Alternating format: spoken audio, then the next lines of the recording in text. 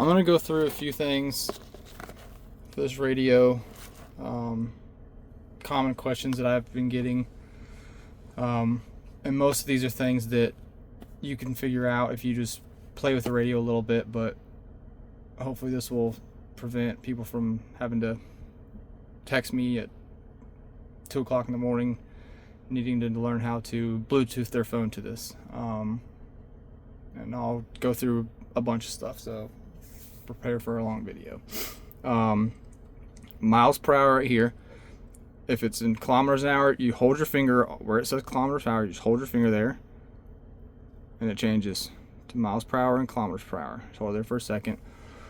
When you turn your truck on, you don't see Google Maps show up right here, it's because you don't have a SIM card in, like I do, or a Wi-Fi connection. If you don't have either of those, it's going to just show a little compass right here, nothing else. All right. Wi-Fi, it's right here. Turn your Wi-Fi on, find your home network, whatever Wi-Fi network you want to add it, put your password in just like normal.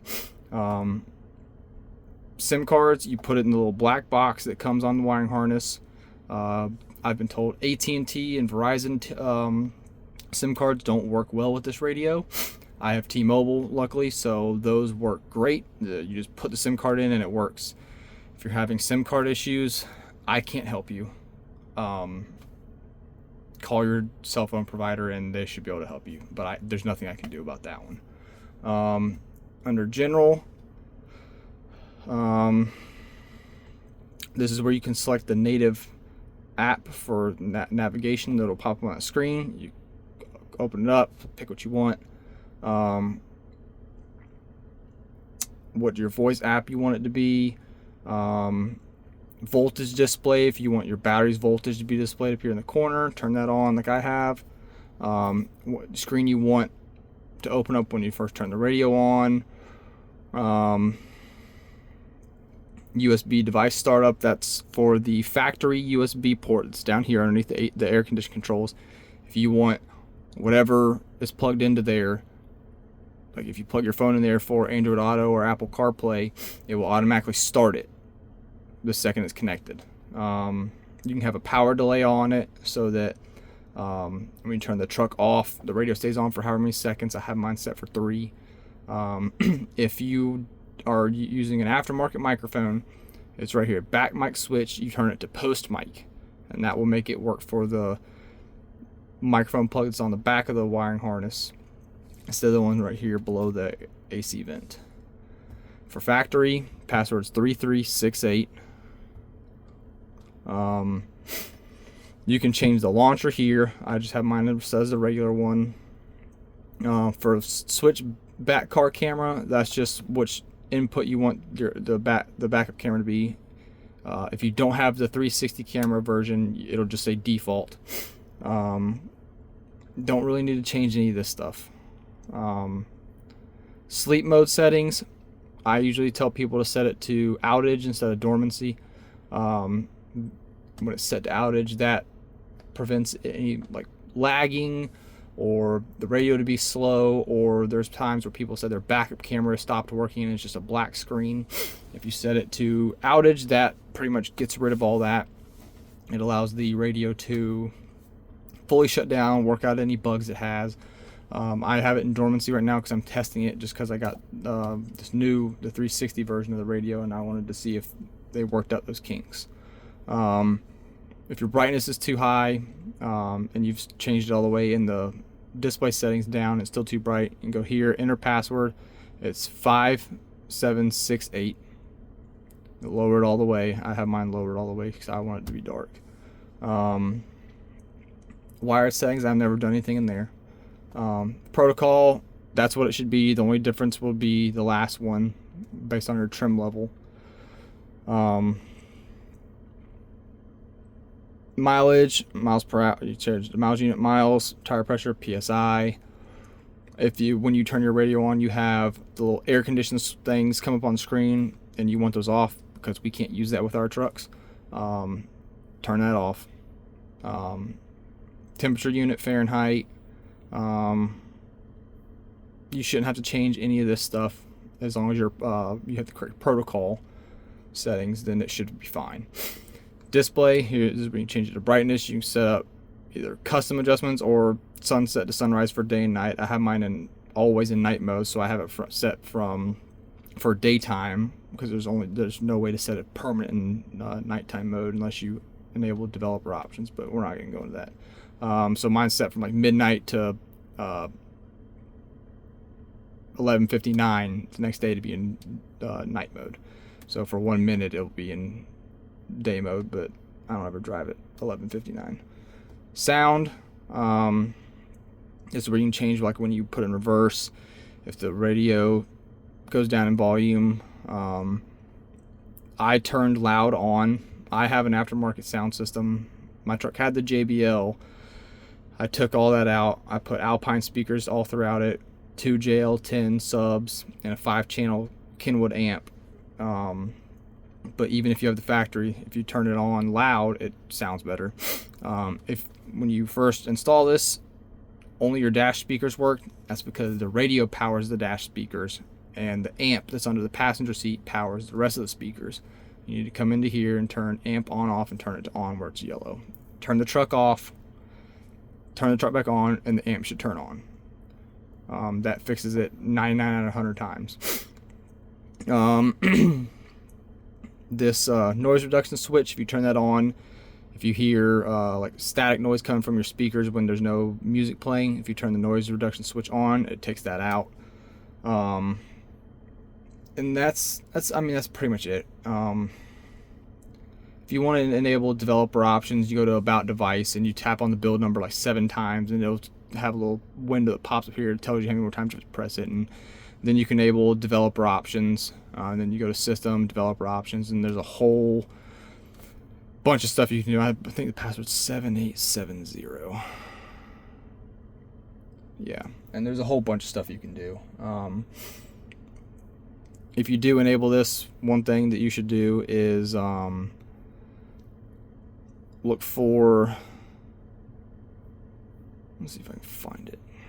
There's a bunch of stuff in here, and I would suggest not to mess with most of it. But you go to here under Drawing, go to the Window Animation Scale, Transition Animation Scale, Animator During Scale. Instead of it being, it'll be like 1 times. If you change it to half, it transitions faster from screen to screen, which helps us. It makes the radio not seem as laggy. Not necessary, but if you want it to be faster, then that's the way you can do it. That's pretty much it for the settings. To connect your phone, you don't need, like for Bluetooth, you don't go to settings like you would on your phone and look for Bluetooth in here and connect it. That's not how it works. That would be like trying to connect 2 phones together so that you can talk. You can call someone on one phone and use the second phone as a speaker to actually hear and talk. You can't do that. It's impossible. So what you do is go to your apps, go to Bluetooth, go to devices. If your device isn't in there, that means it's not paired. Mine's in there. Go to Bluetooth set. Just keep it on this screen. Go into your phone. Go into your phone's Bluetooth settings. Look for SYU Android. Pair it, and then your phone will be paired. The device will show up here, and then you'll be able to call people and talk to people on it. They'll be able to call you, and you'll be able to answer it on here. That is separate from the CarLink 2.0 app, where you use Android Auto and Apple CarPlay. I'm not going to open that up right now, because if I do, the video will turn off.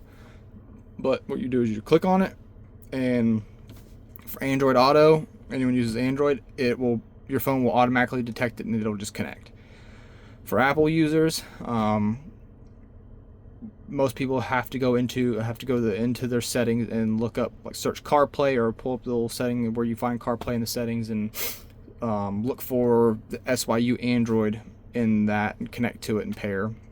When you open it up, I suggest, if you plan on using Android Auto or Apple CarPlay every time you get in the truck, before you pair your phone, because you have to do it quick, because especially if you have an Android, because the connection's fast.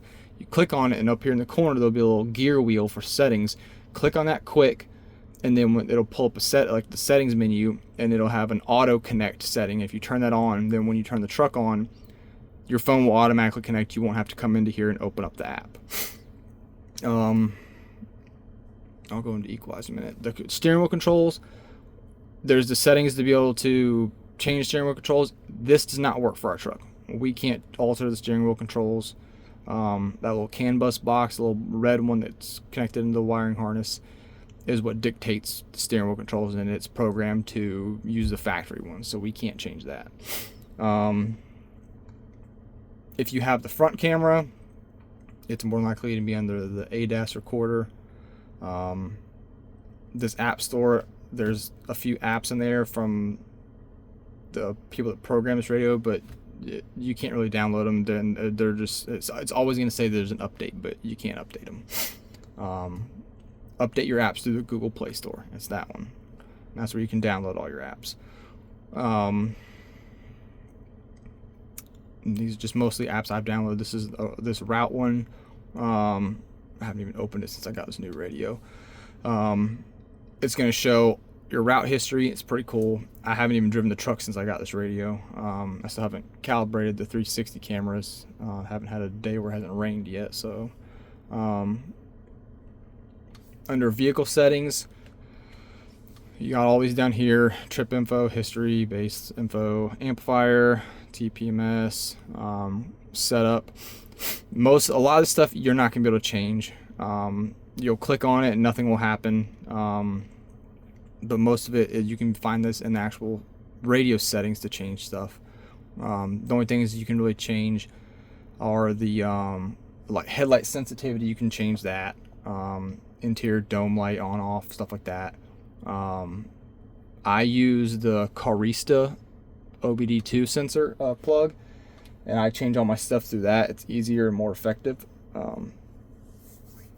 So if you want to be able to change stuff easier on the truck, like activate it where when you put the key in the door, if you still have a key like I do, and you turn it to the lock setting, it'll roll the windows up, things like that. You can activate that in the Carista app. Otherwise, you don't really need to mess with that. Touch assistant, if you have like a little circle on your screen that you can drag around, you want that to go away, you can turn that off on here. So display button, turn it off.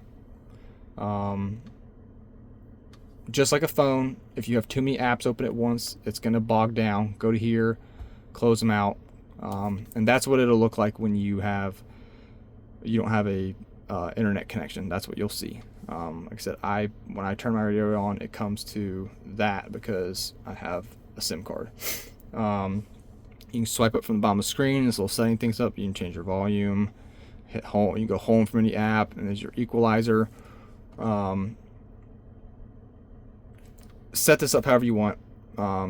If you want to, I have pictures of my equalizer I've sent to people, but again, I have an entire aftermarket sound system, so my equalizer settings are probably not going to be very good for the factory speakers. I will say for your frequencies, because the door speakers don't handle bass very well, the factory ones, so change your frequencies higher. They're usually set to 40. Change them to 100, 150, 200 hertz, and it takes out the bass from, and keep these down. That takes the bass out of the speakers, so then you can turn it up louder without having much distortion. The equalizer, it's got 2 rows. You just swipe. Field, set it up however you want. If you want it to be just focused on the driver, whatever. Surround, same thing. You can change it to where like each speaker has delay, or that way it sounds like surround sound. Stereo sound enhancement, I have it turned off. I've never used it. Same with reverberation. Bass enhancement is where you can change your bass. You can also turn the amp on in here. Sound filter, these are your crossover frequencies. You click on the speaker and it changes it to that speaker, and then you change your frequencies. If you don't know how to use this, don't touch it. If you know how to adjust your frequencies in your radio, for your speakers and what they can handle, this is where you would go to do it.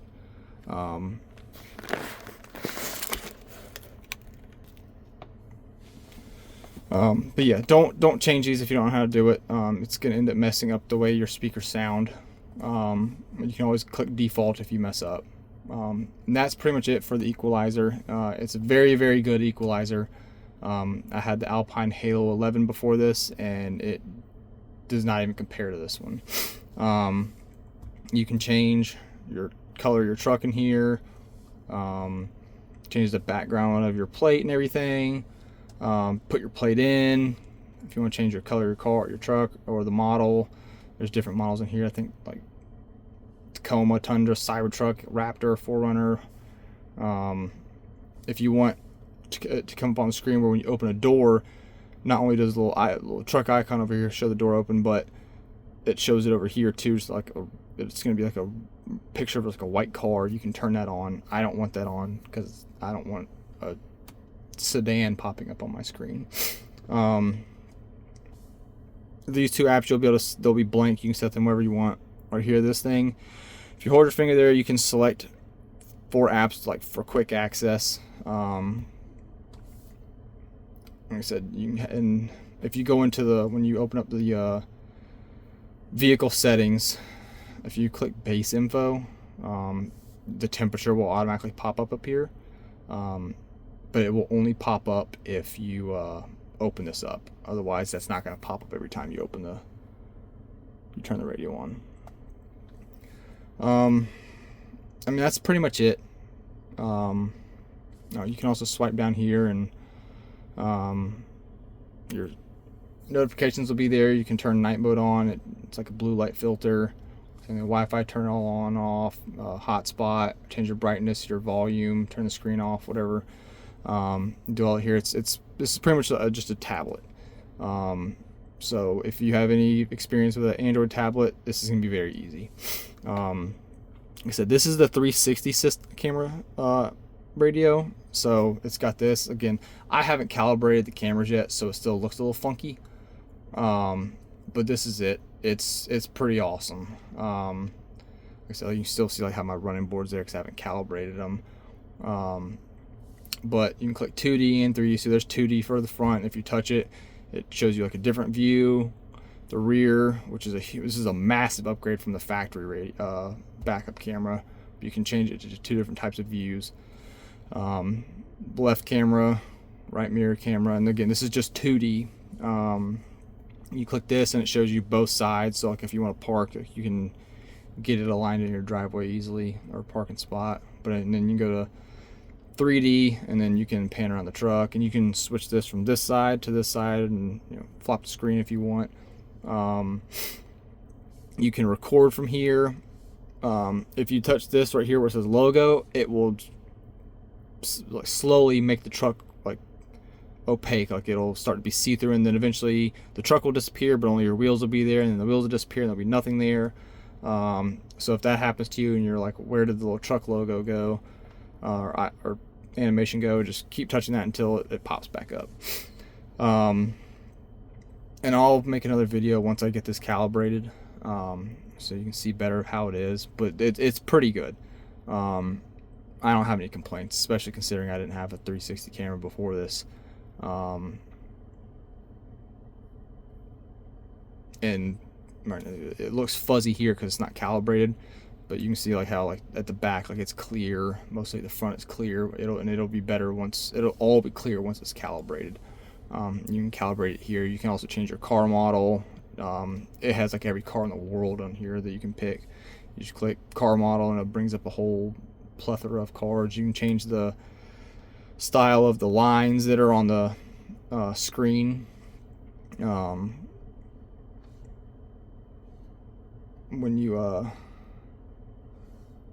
have it up, so like under these yellow lines, so you'll be able to change that, and you can make it to those lines in the front. See if I can get them up. Oh, that's right. They only pop up when you're in drive. Again, display mode, you have it switched to left or right. Black border around the car, like if you have it on or off, there'll be a black border around the truck. I have it turned off.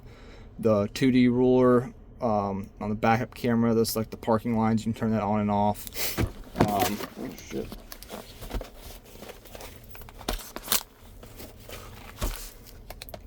Angle set, you can adjust the angles and stuff of all the cameras.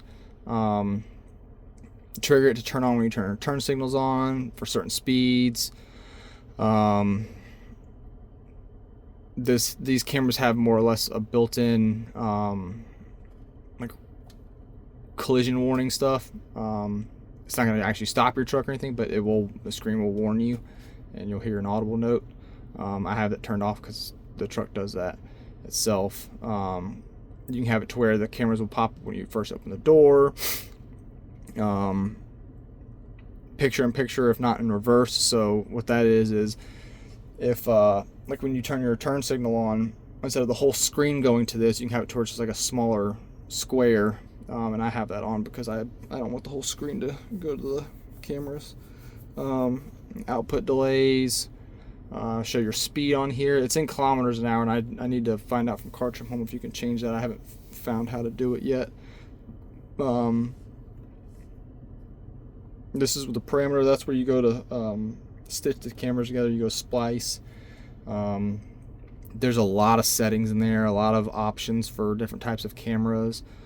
I just used the default one because I couldn't figure out like which sensor the camera was and a whole bunch of stuff. It's very confusing. So there's